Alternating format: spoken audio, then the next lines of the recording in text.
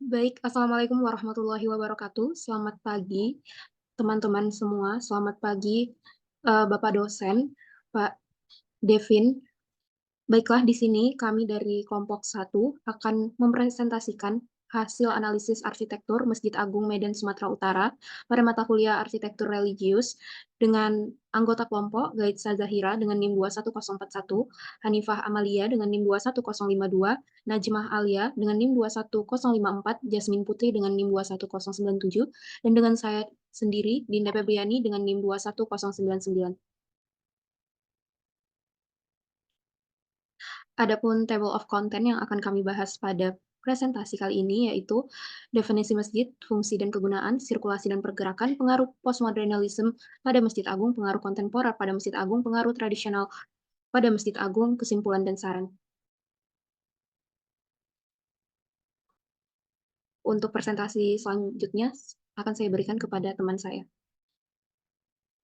Baik, terima kasih kepada Dinda dan akan saya lanjutkan. Di sini saya akan membahas definisi masjid. Masjid berasal dari bahasa Arab yang mempunyai pengertian bahwa masjid sama halnya dengan bangunan sebuah gedung dalam bentuk yang khas. Akan tetapi sesungguhnya dalam Islam pengertian tentang masjid tidaklah sempit dan kaku. Sebagaimana anggapan kita selama ini sesuai makna harafiahnya, pengertian tentang masjid tetap tempat sujud. Hal ini tercermin dari sebuah hadis Rasulullah Shallallahu Alaihi Wasallam yang diriwayatkan oleh Tirmizi dari Abi Sa'id Al-Khudri mengatakan telah dijadikan tanah itu sebagai tempat sujud.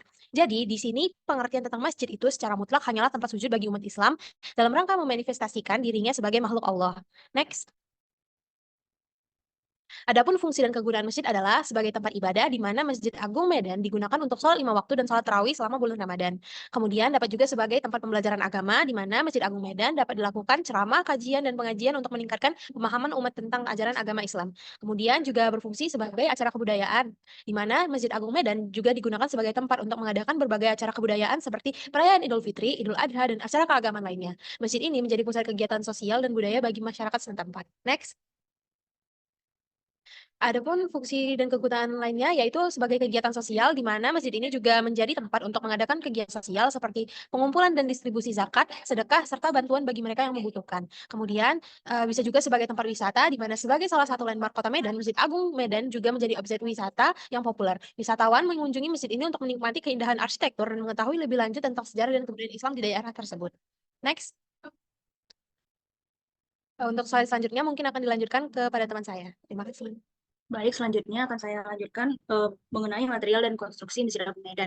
Yang pertama adalah kolom dan balok. Pada pembangunan Masjid Agung Medan, kolom yang digunakan adalah berbentuk persegi. Pada lantai 1, bangunan kolom digunakan dengan ukuran 80 x 80, 90 x 90, 60 x 60, dan 50 x 50 cm digunakan pada lantai pertama bangunan.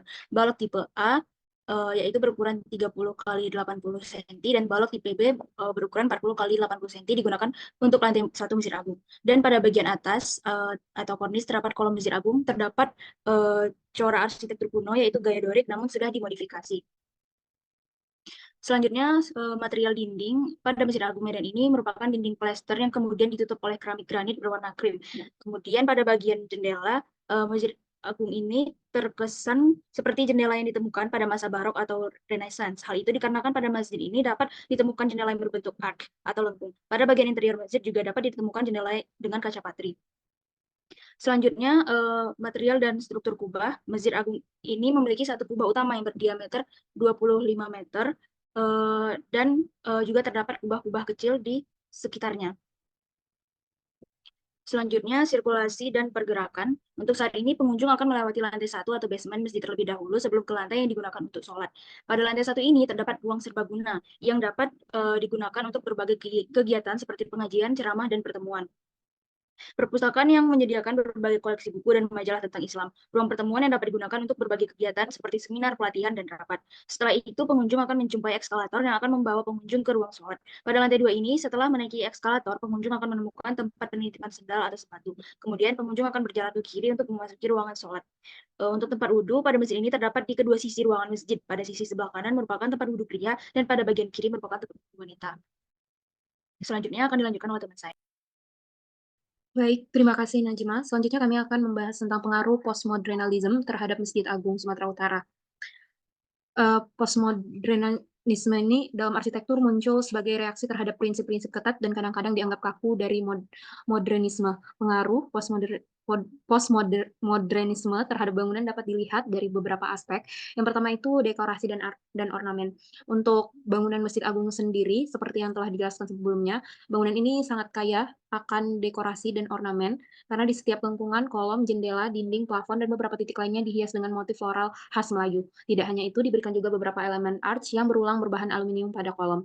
Pada bagian jendela juga diberi motif seperti bergaya arsitektur Islam.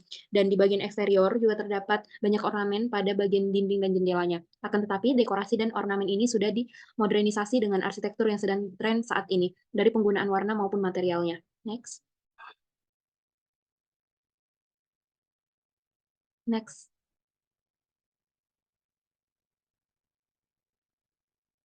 Kemudian ada simbolisme dan ironi serta fragmentasi dan bentuk yang tidak konvensional.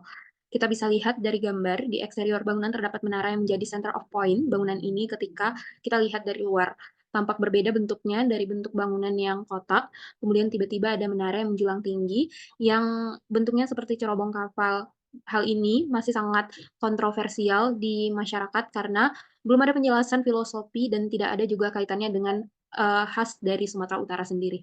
Next. Next. Kemudian ada elitisme dan referensi sejarah. Pada interior Masjid Agung terlihat memiliki banyak motif bunga seperti ciri khas Melayu, tetapi seperti bergaya arsitektur barok bisa dilihat dari lengkungan-lengkungannya. Kalau dari gambar, itu yang bagian bawah sebelah kiri itu merupakan salah satu gaya bangunan di Spanyol yang bergaya arsitektural barok, mirip seperti di bagian interior Masjid Agung Sumatera Utara, di mana motif yang floral tadi ini dijadikan referensi karena kota Medan yang bersuku Melayu Delhi. Dan diperkuat juga seperti yang saya jelaskan sebelumnya bergaya arsitektur balok seperti di Masjid Timur Tengah. Jadi ada perpaduan dua gaya arsitektur. Next. Kemudian ada kontekstualisme. Meskipun Masjid Agung memiliki desainnya ikonik, elemen arsitektur seperti bentuk, skala, dan material selaras dengan bangunan sekitarnya. Masjid Agung menggunakan material yang digunakan juga pada bangunan sekitar, sehingga masjid tampak cocok dengan lingkungan sekitar. Masjid dapat berfungsi sebagai pusat kegiatan sosial dan budaya bagi masyarakat sekitar. Misalnya, menyediakan ruang serbaguna yang dapat digunakan untuk acara-acara lokal seperti pertemuan masyarakat ataupun pendidikan. Next. Untuk untuk slide selanjutnya akan dijelaskan oleh teman saya. Terima kasih. Saya akan menjelaskan pengaruh kontemporer pada Masjid Agung. Arsitektur kontemporer sendiri dalam desain dan material. Untuk pada analisis aspek kontemporer pada Masjid Agung ini sendiri, yang pertama yaitu desain organik dan fluiditas bentuk. Bentuk kolom antar kolom pada Masjid Agung ini memiliki bentuk arch, sehingga membuat kolom interior bangunan terkesan lebih organik. Selain kolom, bentuk jendela pada masjid ini juga merespon bentuk arch tadi, sehingga pada jendela terdapat lengkungan juga di atasnya. Kemudian ada fleksibilitas ruang. Nah, pada Masjid Agung ini sendiri terdapat beberapa ruang multifungsi. Salah satunya berada di lantai 1. Selain itu, pada lantai 2 ini terdapat koridor yang juga multifungsi. Selanjutnya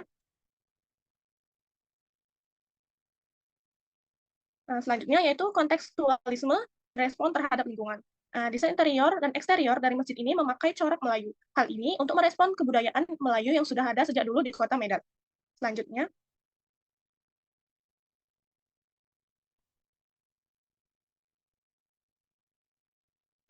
selanjutnya merupakan aspek kontemporer baru yang diterapkan di Masjid Agung. Yang pertama yaitu penggunaan mihrab.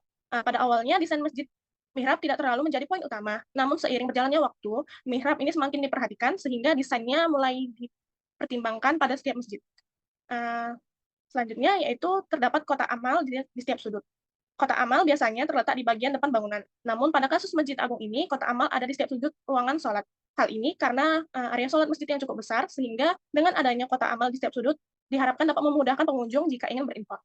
Kemudian terdapat tempat penyimpanan sandal atau sepatu. Pada lantai 2 ini terdapat tempat penyimpanan sepatu. Hal ini agar menjaga area sholat tetap suci dari kotoran yang menempel di sandal atau sepatu pengunjung. Yang terakhir yaitu terdapat lift dan eskalator. Untuk ke lantai 2, masjid ini menyediakan eskalator dan lift. Hal ini agar memudahkan setiap pengunjung lebih mudah untuk mengakses area lantai 2. Selanjutnya,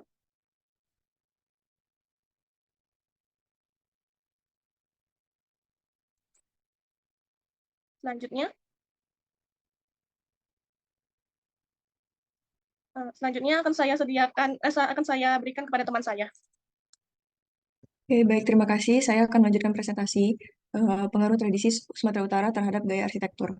Tradisi setempat memiliki pengaruh besar pada desain dan konstruksi bangunan, mencerminkan budaya, iklim, material, dan cara hidup masyarakat.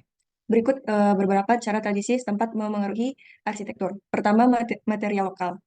Bangunan tradisional menggunakan material setempat seperti batu bata, lumpur di Timur Tengah, dan kayu di hutan tropis.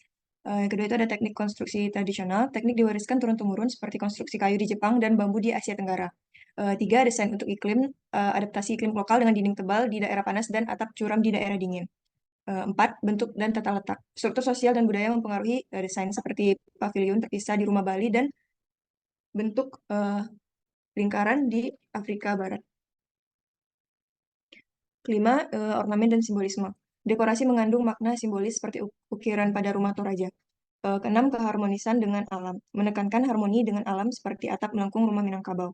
7, pemanfaatan ruang efisien. Penggunaan ruang fleksibel seperti pintu geser di Jepang dan halaman tengah di Timur Tengah. 8, teknik pengolahan energi tradisional. Sistem alami seperti wind catcher di Iran dan ventilasi alami di rumah tropis. Next. Ornamen dan simbolisme. Ornamen pada bangunan Masjid Agung Medan memiliki gaya arsitektur Timur Tengah, yaitu terinspirasi dari Masjid Madinah, didominasi dengan warna biru dan kuning keemasan. Tidak meninggalkan budaya setempat, cara interior Masjid Agung dipadukan dengan corak budaya Melayu. Dan berikut beberapa perspektif masyarakat terhadap Masjid Agung Sumatera Utara. Kebanyakan dari mereka berpendapat bahwa Masjid Agung merupakan masjid yang sangat bagus dan cantik, ya, baik itu dari segi eksterior dan interiornya.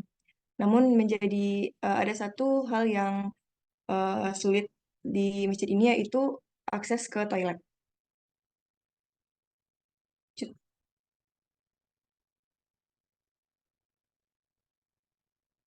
Oke, next.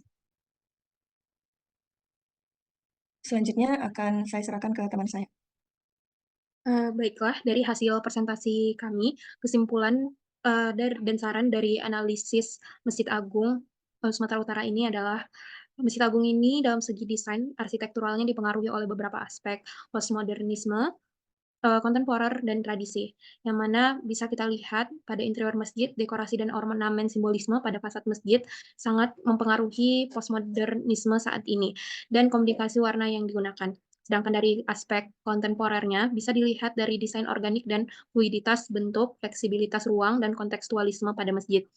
Untuk pengaruh tradisi dapat dilihat dari penggunaan ornamen dan simbolis khas dari budaya Timur Tengah, dan corak yang digunakan merupakan khas dari Melayu. Pemerintah dan pihak terkait perlu meningkatkan upaya pelestarian dan pemeliharaan masjid ini. Perawatan rutin dan restorasi elemen-elemen arsitektural yang rusak atau usang sangat penting untuk menjaga keaslian dan keindahan bangunan.